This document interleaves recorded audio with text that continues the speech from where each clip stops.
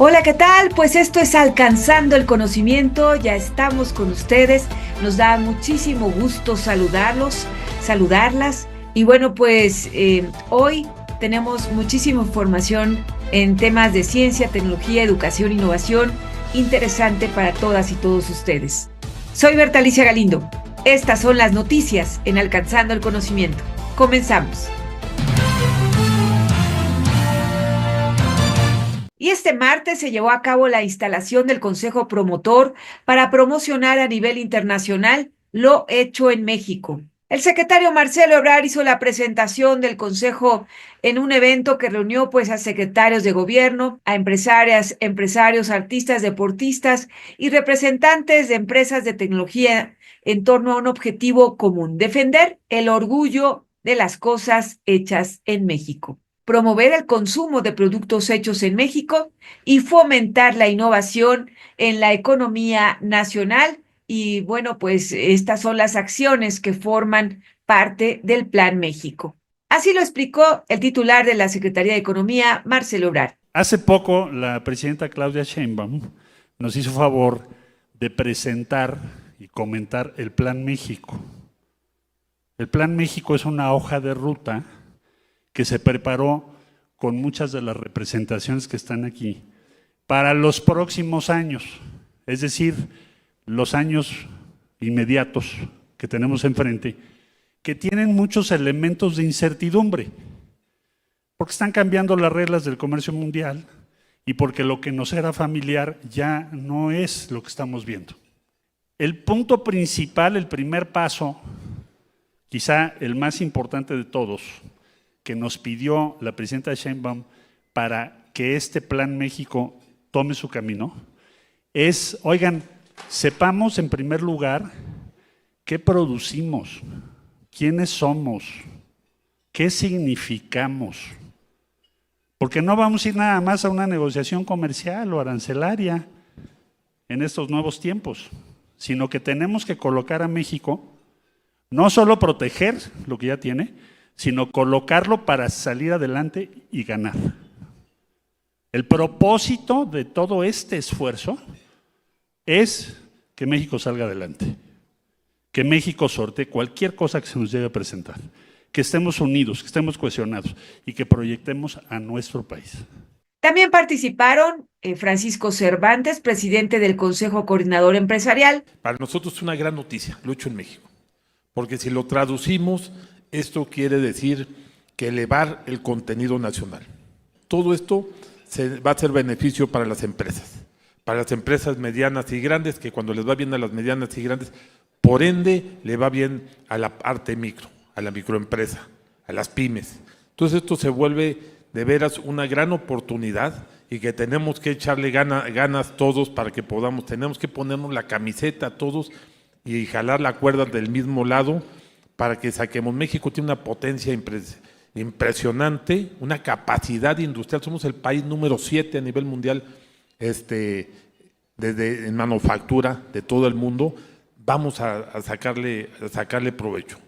Voy a decir algo que muy complicado, pero éramos exportadores de importaciones. Creo que este es el momento de retomar el camino para que podamos esta capacidad todavía redoblarla, triplicarla y de aquí en adelante pues no nos paren.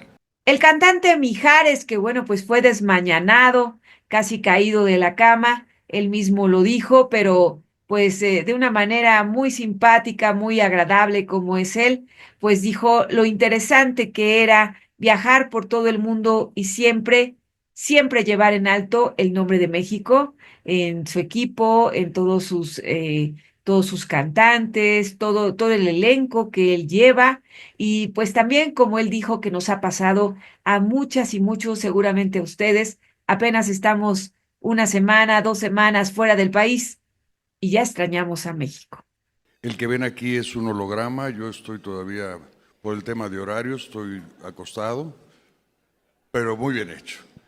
Por el tipo de trabajo que tengo la oportunidad de viajar por muchos lados, por muchos países, y la verdad el reconocimiento que hay de toda la gente de esos países por México es admirable, en todos los rubros, en toda la manufactura, la gente, su pueblo, sus costumbres, la comida. A mí por suerte me tocó ser mexicano y me siento muy orgulloso de serlo. Me siento orgulloso de poder llevar a toda mi gente, la gente que trabaja conmigo, que todos son mexicanos. Tú ves la manera en que trabajan, cómo se suben a las tramoyas, cómo bajan, cómo sin ningún miedo, y por eso tenemos ese potencial mundial, ¿no? También estuvo la Secretaría de Turismo, Josefina Rodríguez. Estamos en un país de oportunidades y hoy tenemos un rumbo y un objetivo, que es justamente sentirnos orgullosos, seguir creciendo y fortaleciendo las empresas que son el motor de cada uno de nosotros. Así que yo invito a todo el sector turístico, que también es parte de este consejo, a que tenemos y demos a conocer los productos y poderlos hoy no solo ser visibles a esos 45 millones de turistas que recibimos, sino vamos por más. Y viene una ventana para nosotros impresionante, que es el Mundial. Así que en este Mundial van a poder conocer nuestros turistas más productos hechos en México. Y al término de la presentación del Consejo tuvimos la oportunidad de conversar con Bárbara Botello, directora de Marca Nacional y Política de Marcas Nacionales de la Secretaría de Economía, y esto fue lo que nos dijo. Bueno, Hecho en México no solamente será una campaña del gobierno, Hecho en México ocupa de que empresarios, sociedad civil organizada, universidades, todos hagamos un uno para hacer que se vea lo que está hecho en México y que tengamos incentivos para que se pueda lograr que todos los bienes y los servicios se certifiquen con ese distintivo de calidad. Este consejo que hoy se está creando bajará a todos los corredores en que está dividido territorialmente el trabajo de la Secretaría de Economía, con el objeto de que tengamos asesores, consejeros que nos ayuden a que este proyecto sea muy exitoso.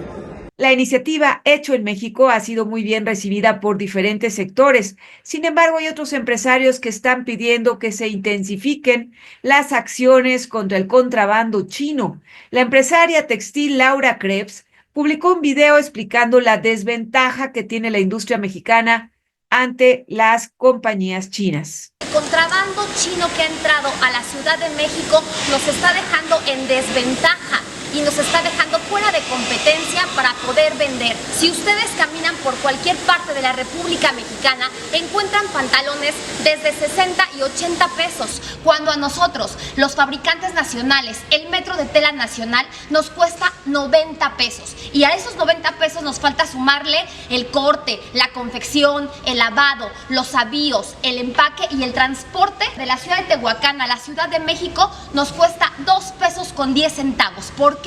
Porque hay que contratar un viaje especial, un camión que nos cuesta 14,000 pesos, más una custodia. ¿Por qué la custodia? Porque la autopista México-Puebla es de las más robadas del país. Entonces tenemos que contratar camión más custodia. A ese camión le caben 10,800 piezas. Significa que el costo para llevar un pantalón de la ciudad de Tehuacán a la Ciudad de México es de 2 pesos con 10 centavos. ¿Y saben cuánto cuesta traer un pantalón de contrabando de China? Cuesta 5 pesos con 40 centavos. El contenedor de contrabando de China cuesta 270,000 pesos. A ese tipo de contenedores le caben 50,000 pantalones. 5 pesos con 40 centavos es el precio unitario por traer un pantalón de China a la Ciudad de México. Bueno, y por si fuera poco, como ya lo escuchamos, pues pide seguridad, porque pues los camiones deben de estar escoltados, porque como todos lo sabemos, pues la carretera México-Puebla o Puebla-México, pues no siempre es de las más seguras. Y la llegada de Donald Trump sigue generando muchísimos cambios a nivel interno en su país y también a nivel global, en la geopolítica, los acuerdos comerciales entre países y también en los negocios. En estos escenarios de cambios globales se abren espacios aquí en México a nivel laboral y para profesionales que tengan pues todo este nuevo panorama mundial en los negocios. Por eso queremos compartirles que la Universidad Iberoamericana y la Cámara de Comercio americana, la American Chamber, lanzaron una licenciatura en Global Business, un programa innovador que es completamente en inglés y que abrirá el próximo mes de agosto. Conversamos con Pedro Casas Alatriste, director general de la American Chamber, sobre este programa Global Business, y esto fue lo que nos dijo.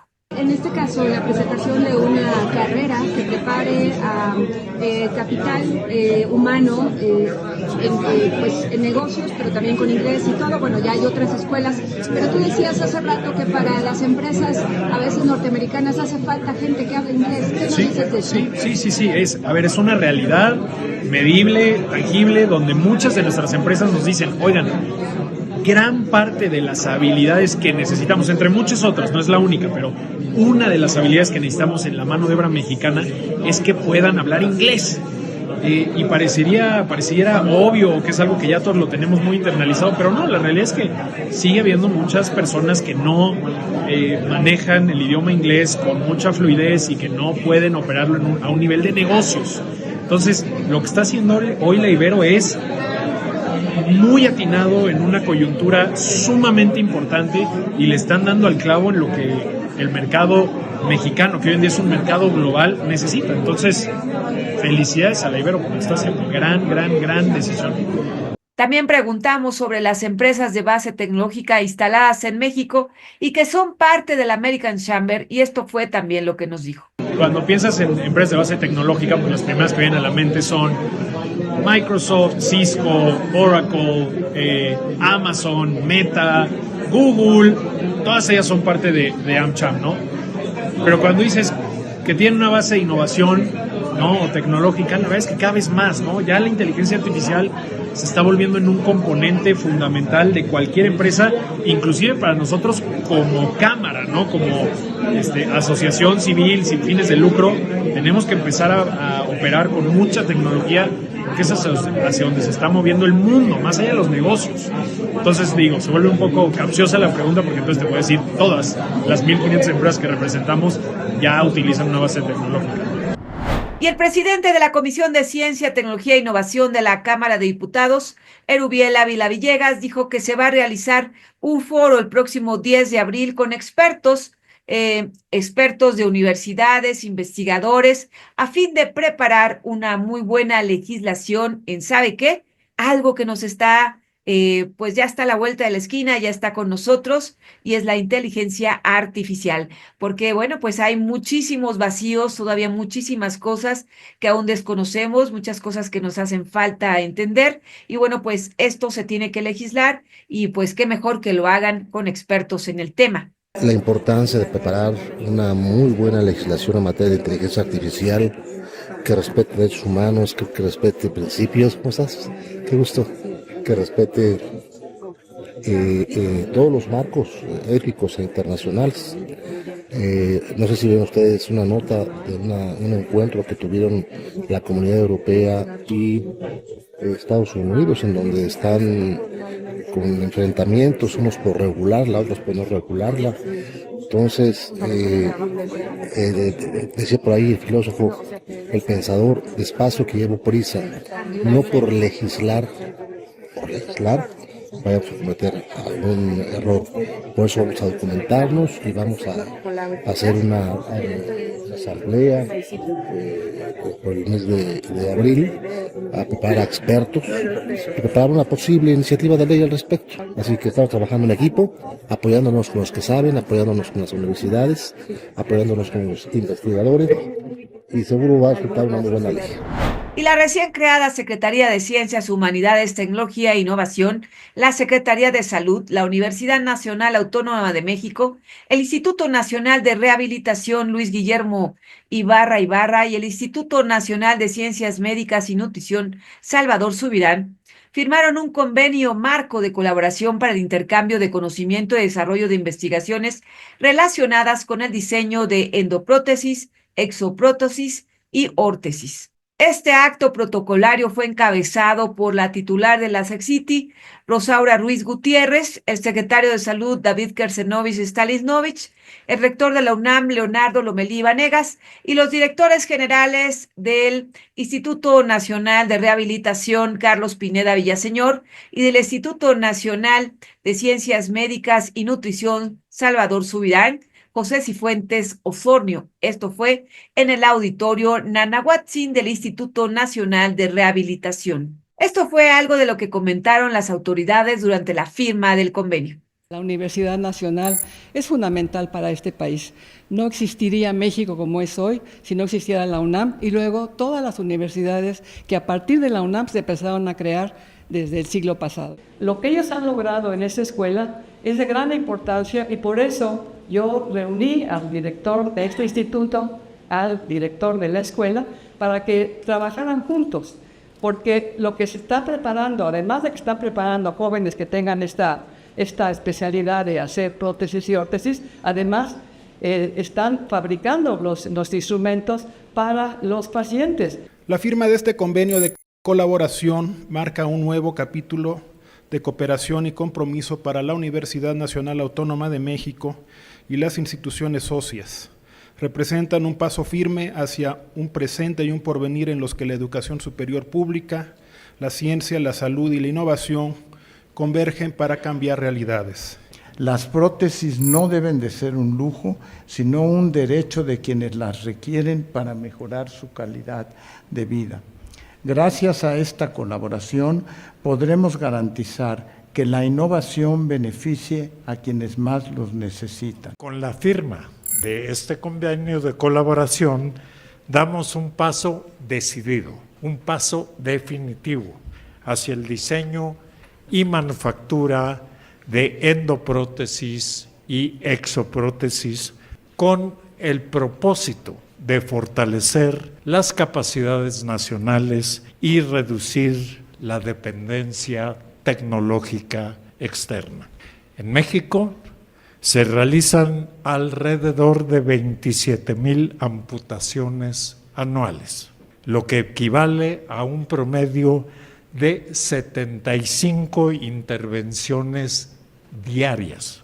Sin embargo, se estima que la capacidad de producción de prótesis en las instituciones públicas ronda las 1,500 unidades.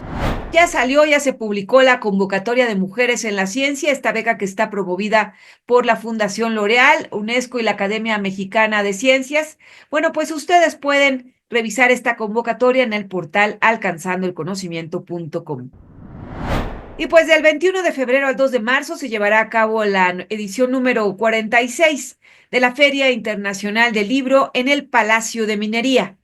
Y bueno, pues habrá más de 700 presentaciones de libros, conferencias. Ya sabe, como siempre, pues es muy interesante asistir a este evento en donde pues hay presentaciones de libros, charlas, conferencias, en fin, diferentes temas para ver, para averiguar, para disfrutar también. Pues no se la pierdan en el Palacio de Minería, en Tacuba, número 5, en el Centro Histórico, como todos los años.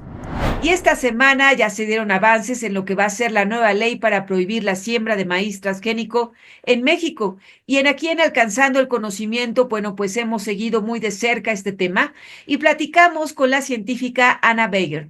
Bueno, pues estamos con Ana Bergier. Ella es investigadora del Jardín Botánico del Instituto de Biología de la UNAM. Y bueno, pues ella ha estado trabajando con las diferentes razas de maíces y bueno, todo el maíz que no es transgénico y demás. Pero bueno, ya nos va a contar ella lo que está haciendo. Si nos podrías decir primero lo que estás haciendo, Ana, bienvenida, Alcanzando el Conocimiento. Y bueno, ya después vamos por partes de cómo está lo de la ley.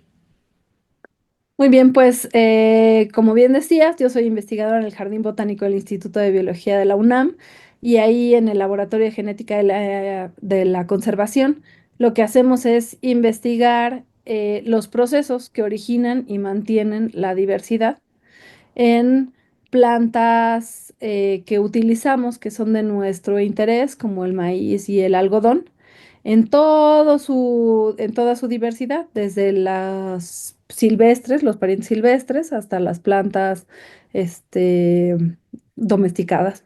Y entonces vemos que amenaza a la diversidad, a la conservación de la diversidad, y pensamos en estrategias para alejar a esas amenazas y así poder conservarlo sin intervenir en la diversidad genética. Es difícil mantener la diversidad genética del maíz, la diversidad natural que ya pues momentos ancestrales, historia de la historia de México que tenemos. Pues en realidad la diversidad genética se mantiene gracias a las miles de personas que cultivan al maíz en lugares distintos, con gustos distintos. Esta diversidad de sitios en donde se cultiva y de gustos bajo los cuales se va haciendo la selección de lo que se siembra el siguiente ciclo, y el hecho de que las personas guardan la semilla, la intercambian, la cuidan de distintas maneras, pues eso es lo que mantiene la diversidad. Entonces, en realidad no es difícil. Lo difícil es que todos estos procesos no se vean afectados por causas externas, que pueden ser las que originen que se siembre menos maíz, se tenga menos interés por los maíces diversos y más por otros cultivos o otras actividades, ¿no? Se cambia el uso de suelo agrícola por urbano, y una amenaza muy grande a la diversidad de los maíces en este momento son los maíces genéticamente modificados. ¿Qué pasa cuando llegan estos maíces genéticamente modificados y contaminan a los otros? O sea, ¿cómo la transgénesis, qué sucede ahí? ¿Cómo es que, bueno, y ahorita hablamos del proyecto que estuvo en el CONACYT con H de la doctora Elena Albardulla del sexenio pasado, que hicieron varias investigaciones al respecto de la contaminación, pero antes, si nos podrías decir, desde la biología, ¿cómo pasan pues estas contaminaciones? Pues mira, nosotros decimos maíz genéticamente modificado, a veces lo simplificamos en maíz transgénico, pero la realidad es que es un nombre que le ponemos en realidad a muchas cosas que son distintos. Algunos fueron hechos para la resistencia a herbicidas, otros fueron hechos para para sobrevivir ante el ataque de ciertos insectos, ¿no? Hoy en día está todo sumado en la misma semilla. Hay cuatro, posibilidades de sobrevivir a herbicidas, más muchos más de sobrevivir a insecticidas, más otras características. Entonces, ¿cuál es la consecuencia? Pues ha ido cambiando, ¿no? Cada contaminación de maíces distintos puede tener consecuencias inesperadas en diferentes sitios. No es lo mismo cómo se va a comportar uno en zonas de frío, otras en zonas de calor, otras en contacto con ciertas plagas, en contacto con ciertas bacterias.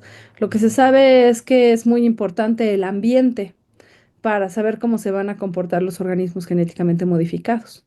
De tal manera que si nosotros realmente quisiéramos prever todo lo que va a suceder con la diversidad que existe en México, sería básicamente imposible, ¿no? Por eso es tan importante prevenir. Además, quienes no podemos separar la diversidad genética ni biológica, ¿ne? De la diversidad cultural.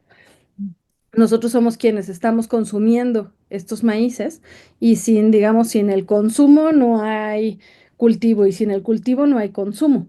Entonces, no solamente tenemos que pensar qué le va a pasar al ambiente, sino también saber qué nos puede pasar a todas las personas que consumimos 3 veces al día, todas las etapas de nuestra vida, estando enfermos o estando saludables, ¿no? Y además consumimos estos maíces de maneras casi directas, ¿no? No siempre está transformado de tal manera que no podamos saber ni cómo era el maíz original, sino que nos comemos el elote, el esquite, el pozole, ¿no?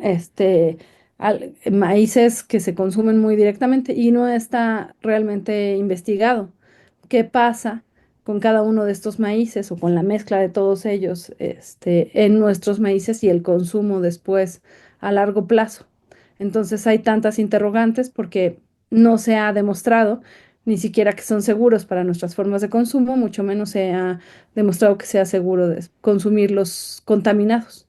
Y nosotros lo que más tenemos que cuidar es la inocuidad de nuestro maíz, o sea, esta posibilidad de seguirlo consumiendo como lo hacemos en la dieta mexicana, es fundamental porque sin eso, pues básicamente, como dice el lema que muchas personas repiten, ¿no? Sin maíz no hay país, ¿no? Y también vale decir, sin frijol tampoco, ¿no? Porque en realidad el maíz vive asociado a muchísimos otros cultivos de los cuales también nos alimentamos y son sumamente importantes para nuestra dieta. La No milpa. solo el frijol, ¿no? Entonces no queremos afectar el lugar en donde crece el maíz y porque eso es muy importante para que se mantenga la diversidad. Si el contexto del maíz no se mantiene saludable, entonces el maíz puede no estar saludable y nosotros podemos perder nuestra salud. Entonces es un entorno que tenemos que cuidar y solamente lo vamos a valorar si lo imaginamos perdido, lo cual pues es muy difícil, ¿no? Porque como lo hemos tenido siempre, pensamos que siempre va a estar ahí, que siempre va a ser bueno, pero, pero no es así, ¿no? Existen muchas modificaciones genéticas que no son buenas para el consumo humano, ¿no? Algunas han sido identificadas muy rápido, como una que se llamó CRI9C, la cual inmediatamente que se dieron cuenta que causaba alergias en las personas, se destinó solamente al consumo animal. Sin embargo, en México, todavía no sabemos muy bien cómo llegó, ¿no? Pero pudo ser detectada esta proteína que causa alergias en las personas, pudo ser detectada ya hace años en el mercado de Oaxaca de maneras muy distintas, o sea, la proteína seguía viable tanto en alimentos fritos como hervidos, como tostados, ¿no? Entonces, pues esto puede pasar y si lo vemos así, entonces vamos a valorar más mantener el maíz alejado de todas estas amenazas, que no sabemos muy bien cómo van a ser, pero sabemos que siempre nos prometieron que no iban a tener efectos adversos. Y en cada lugar en donde se ha hecho una investigación se encuentra un efecto inesperado. Esto quiere decir que no fueron investigados lo suficiente. Entonces, cuando hablamos de la transgénesis, bueno, la transgénesis de muchas formas, no solo, bueno, lo que conocíamos antes era lo de Monsanto y el glifosato, ¿no? Pero ahora hay todas estas transgénesis diferentes, ¿no? Sí, pues básicamente organismos genéticamente modificados, todos los maíces los metemos en esa, digamos, en esa bolsa con ese nombre, pero las modificaciones genéticas que se han hecho, aunque son relativamente pocas, implica la inserción no solamente de la parte funcional que se resalta, ¿no? Por ejemplo, la resistencia a glifosato. La resistencia a glifosato implica que dentro del material genético del maíz, dentro de nuestros maíces, ¿no? Por mecanismos que obviamente rebasan las barreras de la reproducción, o sea, no es que hubo polinización entre una flor macho y una flor hembra y se formó una mazorca hija, ¿no? No, de maneras totalmente fabricadas, digamos, en laboratorio, se mete información genética, ¿no? Así es como se hacen los transgénicos, y se mete la resistencia a glifosato, pero para poderla hacer funcional dentro de un nuevo maíz, pues necesitas ponerle también un pedacito de un virus, otro de una bacteria, ¿no? Para que el mecanismo del glifosato sepa dónde empieza, dónde termina, y luego se tiene que meter otro gen, que es como una banderita genética, que puede ser una resistencia a antibiótico, un colorante, hay muchos tipos. También se mete con una partecita para indicar dónde empieza, dónde termina. Al final, el transgénico más sencillo tiene por lo menos 4 partes de distintas especies, ¿no? Que se meten en lugares, a veces inesperados, ahora un poquito más dirigidos, pero todos meten información genética y pues tienen muchas funciones, ¿no? Como tú bien decías, al final transgénicos son de muchos tipos y se meten funciones distintas en distintos lugares y ahora además siempre son aditivos, ¿no? Los que eran muy sencillos y decían, bueno, se les mete un gen para la resistencia al glifosato, ahora pues cada vez le tienen que ir metiendo más genes porque la única promesa que pueden aspirar es a seguirle sumando información genética extranjera, digamos, o de otras especies al mismo, porque tienen muy pocas posibilidades de recuperar el material genético sin transgenes y efectivo, ¿no? Convencional, que es el que nosotros tenemos, lo que nos hace tan rico, es que todavía tenemos nuestro material genético muy bien conservado y eso nos da una riqueza gigante, ¿no? Sobre todo comparado con países tan pobres en diversidad como lo es los países que pues no son centro de origen y diversidad del maíz. Como Estados Unidos. Bueno, y en este caso, bueno, ¿te acuerdas que se hizo una investigación? Tú fuiste parte de la investigación que se hizo el sexenio pasado para ver la contaminación de los maíces. Me parece que todavía no se terminaba y se encontró contaminación en varios silos, en varios lugares. En otros no los dejaron pues abrir los maíces que venían de la importación de maíz. No, en las aduanas tuvieron complicaciones. En fin, ¿qué me dices de esto? Pues mira, yo vi la presentación de los trabajos que hicieron la doctora Alma Piñeiro Nelson, la doctora Patricia Delgado, con muchos colegas, trabajaron en Michoacán, en Ciudad de México, en Tabasco, creo. Se dividieron en realidad el país para poder trabajar en distintos grupos de trabajo y lo que vi de las presentaciones de los resultados, pues es básicamente lo que tú dices, ¿no? Hay muchísimas complicaciones para hacer investigación sobre organismos genéticamente modificados. Muchas de las investigaciones que se han hecho han sido como truncadas o, ¿cómo decirlo? Censuradas, ¿no? O censuradas las personas, atacadas las personas. No es fácil hacer investigación con organismos genéticamente modificados ni por la parte de conseguir los fondos ni la parte de publicar los resultados.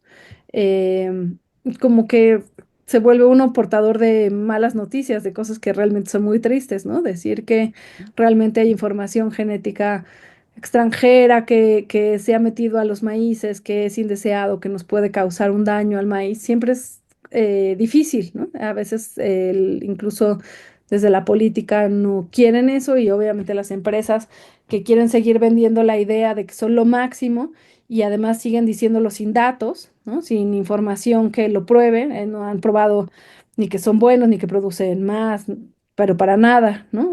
Todo lo Que son contrario, inocuos, ¿no? Ujú. que son inocuos. Entonces, tanta información que dicen falsa, pues la van bloqueando a través de bloquear a las personas y las investigaciones. Entonces, no me extraña en lo absoluto que hayan tenido cualquier contratiempo, digamos, de hacer esos muestreos, porque finalmente son muestreos a industrias muy poderosas que al final pues tratan de o tienen un poco de poder sobre la alimentación, ¿no? Y bueno, después de que se perdió el panel del TEMEC y bueno, la presidenta Claudia Sheinbaum, pues ya finalmente, después de algunos trabajos, de haber incorporado varias cosas a la iniciativa de ley, pues ya se publica, bueno, más bien no se publica, se manda a diputados y senadores y también se va a mandar a los congresos locales para pues que se apruebe esta iniciativa de ley que pues prohíbe la siembra de maíz transgénico. ¿Cómo ves esta iniciativa? Bueno, lo primero que mencionas es muy importante. Efectivamente, sí se perdió el panel, ¿no?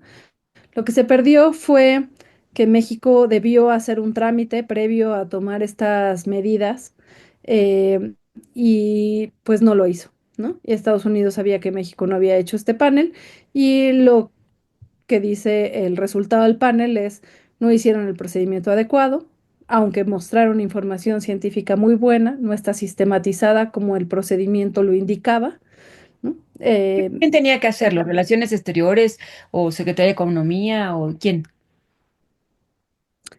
Es una buena pregunta.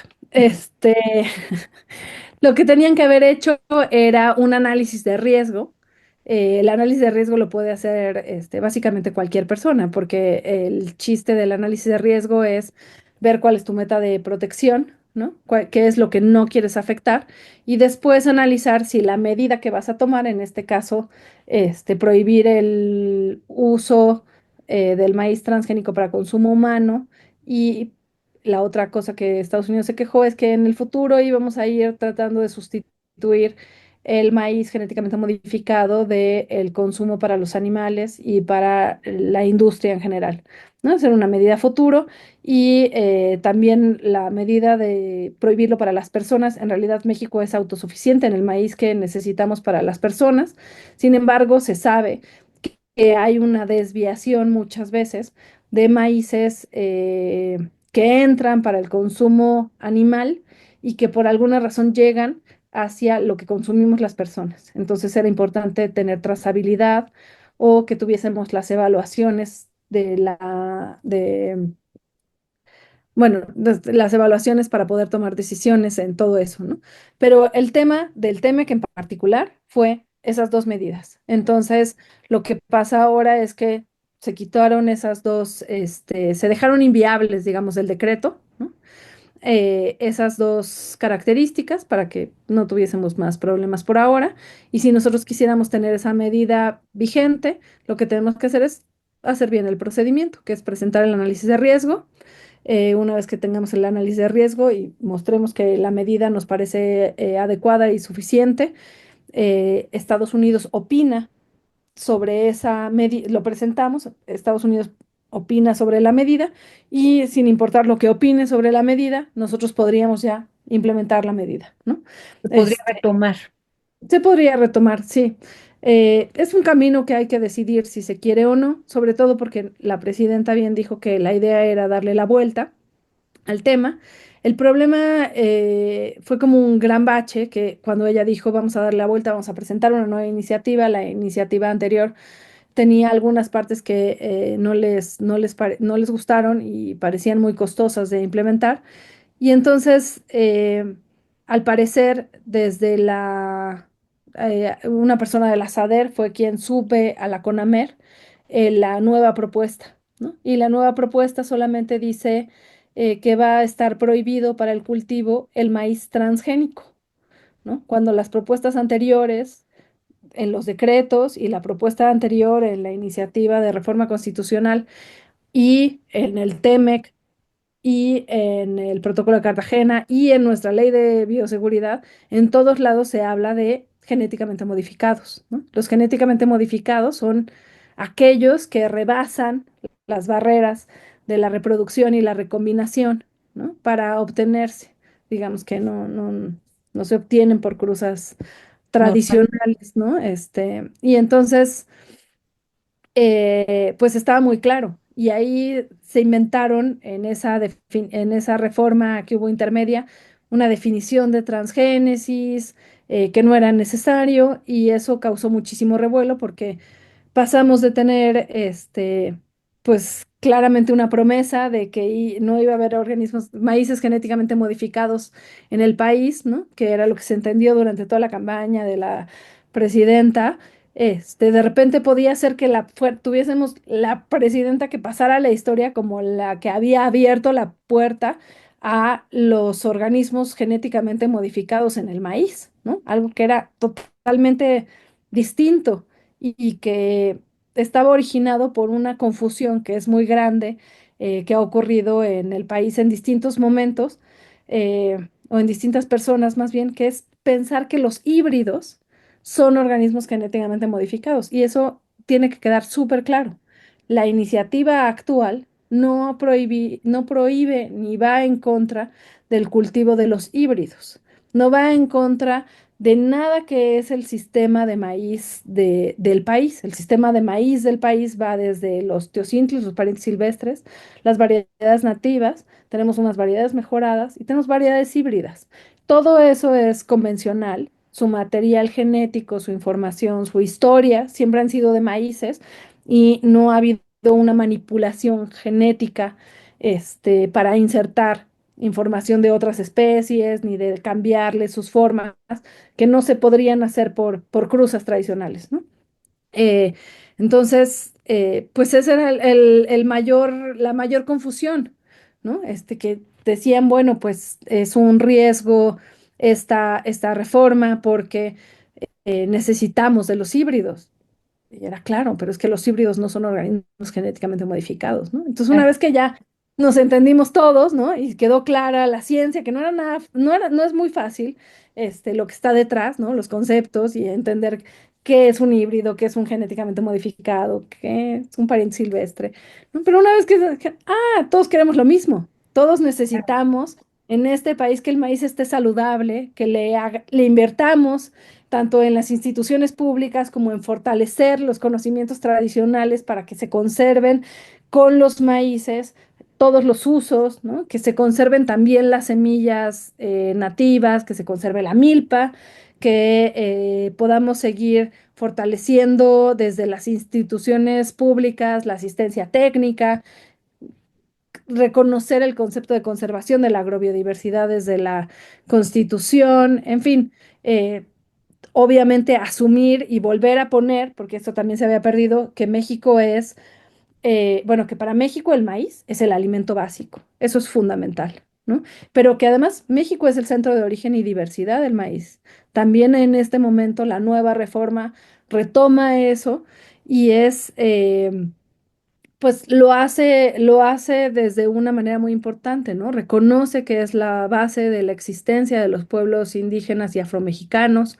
En fin, ahora la redacción del texto que se ha discutido en estos días, que ya se hizo pública hoy completita, pues es muy buena. La verdad es que tiene todos los elementos de los que se espera que se pueda proteger el maíz ahora y en el futuro, ¿no? Todo lo que no es lo que entra en la prohibición del cultivo de maíz genéticamente modificado, que eso está clarísimo, que no debe ocurrir en un centro de origen, porque tenemos que evitar la contaminación genética de nuestros maíces, pero también es muy importante que todo otro uso que se le pueda dar al maíz genéticamente modificado en el país quede regulado, que quede bien establecido que se necesita que todo otro uso tenga una evaluación.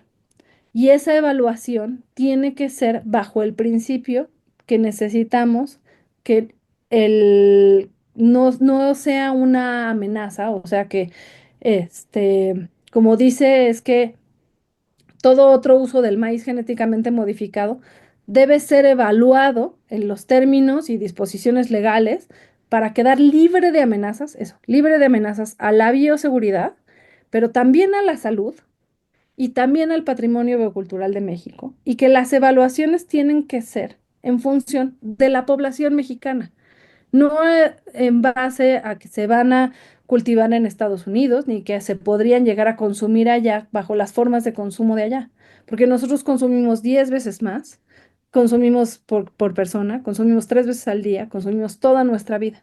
Y esos son los estándares que se recuperan desde la Constitución que se tienen que prevalecer, ¿no?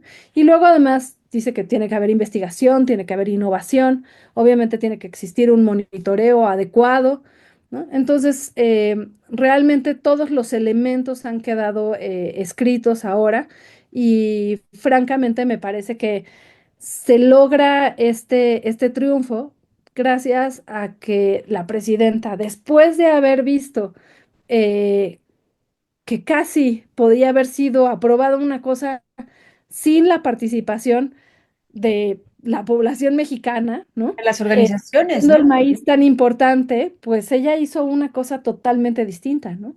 Abrió las puertas de la discusión, ¿no? Obviamente participó el Instituto Nacional de Pueblos Indígenas, pero también la Secretaría de Agricultura, la Secretaría Ciencia. de Ciencia, tiene un nombre mucho más largo, pero Sí. vamos a ver, la Secretaría de Ciencia, la Secretaría de Medio Ambiente, fundamental la participación de Alicia Bárcenas, porque realmente pues medió e integró con una inteligencia diplomática muchísimas de estas ideas, ¿no? Entonces, realmente creo que se ha logrado eh, un texto que, por ejemplo, ayer en la participación de todas las organizaciones, la academia, obviamente había empresarios, campesinos, grandes productores, y todos los argumentos que decían, parecía que ellos querían hablar en contra, pero en realidad ya estaban aquí, ahorita ya están aquí, ¿no? Ya está, decían, es que necesitamos innovación para el campo mexicano, necesitamos resistir ante el cambio climático, necesitamos tener seguridad.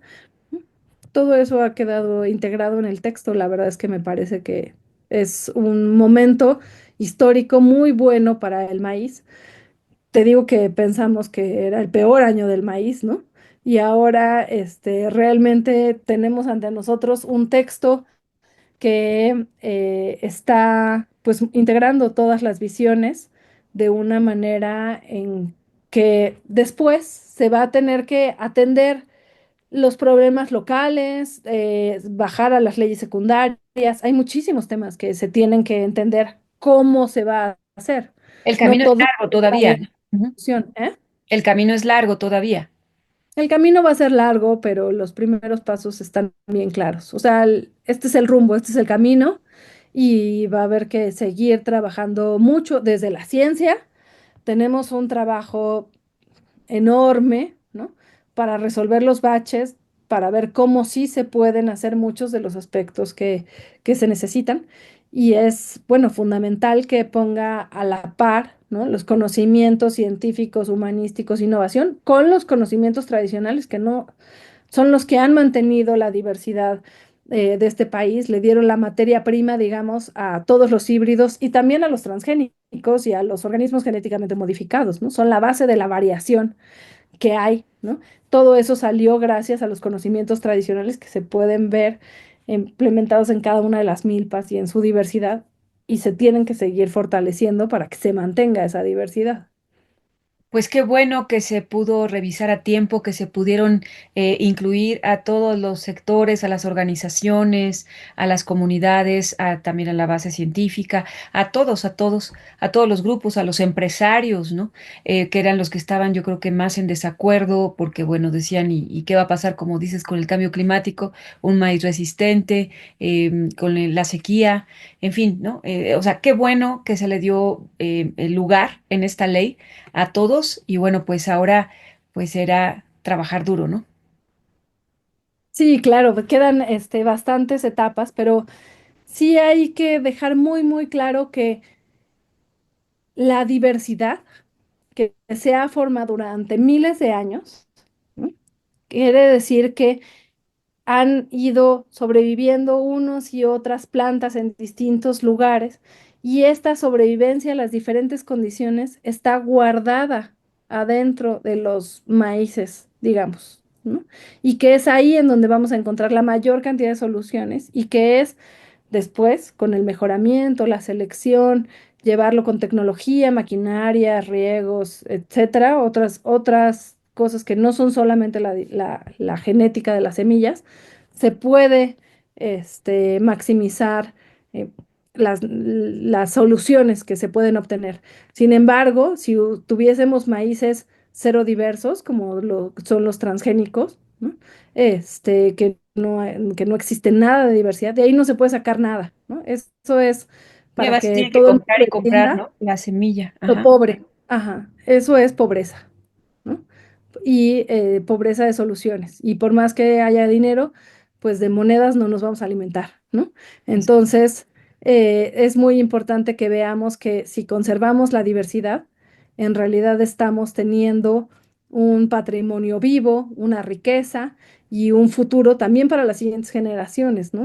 No podemos arruinar el futuro de las siguientes generaciones nada más por estar pensando en situaciones momentáneas. Salir de una sequía puede ser importante, sí, pero el futuro de las siguientes generaciones también lo es.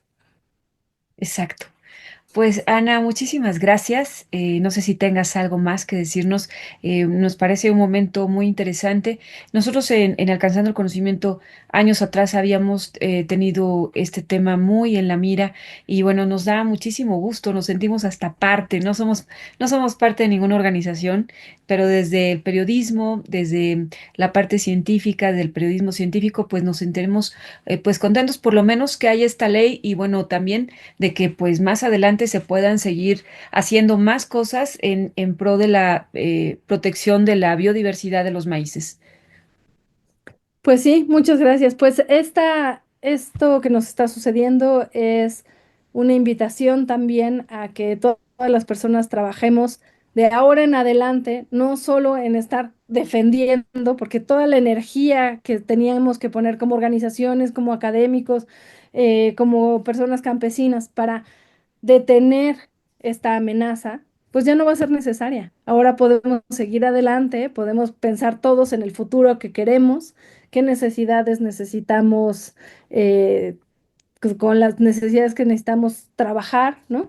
Y me parece que podemos tener entonces escenarios mucho más prósperos y saludables, ¿no? Para todos, ¿no? Una cosa que también cambia en el artículo 27 es que ahora las condiciones que, digamos, el Estado promoverá condiciones para el desarrollo rural, eso ya estaba, pero también el cultural, el económico y el de salud para generar empleos y garantizar a la población campesina bienestar.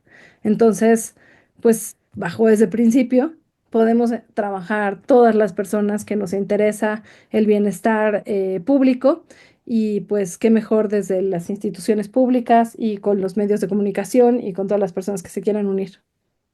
Pues gracias, Ana, gracias. Y pues también proteger ahora también las importaciones, ¿no? Que vengan de Estados Unidos, pues con maíz transgénico, porque esas van a seguir, aunque son menores, ¿no? Son menores. Pues no, la verdad es que esas importaciones continúan, su destino es el consumo perdón, para que lo consumen los animales, ¿no?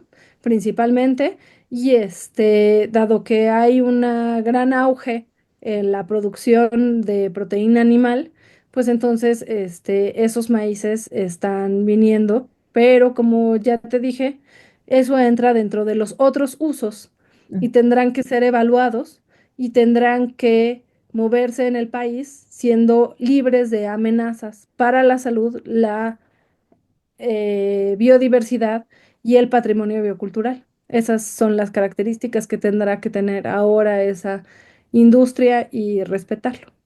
Ah, muy bien, muy bien. Pues muchas gracias, Ana, y bueno, pues seguimos en contacto y pues siempre eres bienvenida aquí en Alcanzando el Conocimiento. Muchísimas gracias, te lo agradezco. Y la mejor de las suertes en esta nueva etapa para ustedes. Muchísimas Gracias. gracias. Gracias, Ana. Hasta pronto. ¿Qué les pareció la entrevista? Bueno, pues sin duda nos revela muchísimas cosas Ana Beyer y bueno, pues ya como lo vimos en la entrevista, seguiremos platicando con ella en otras entregas. Y en la Cámara de Diputados, respecto a estas informaciones, pues está previsto que este próximo martes se discuta en el Pleno las reformas sobre la protección y conservación de los maíces nativos. Queremos elevar a la discusión y a la aprobación de esta reforma constitucional el martes próximo en el Pleno. Ya les estaremos informando.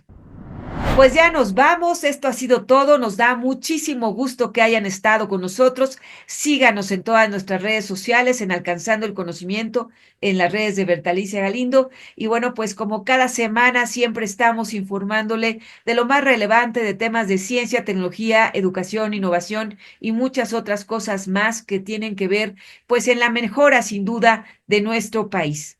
Soy Bertalicia Galindo, nos vemos en la próxima entrega. Alcanzando el Conocimiento.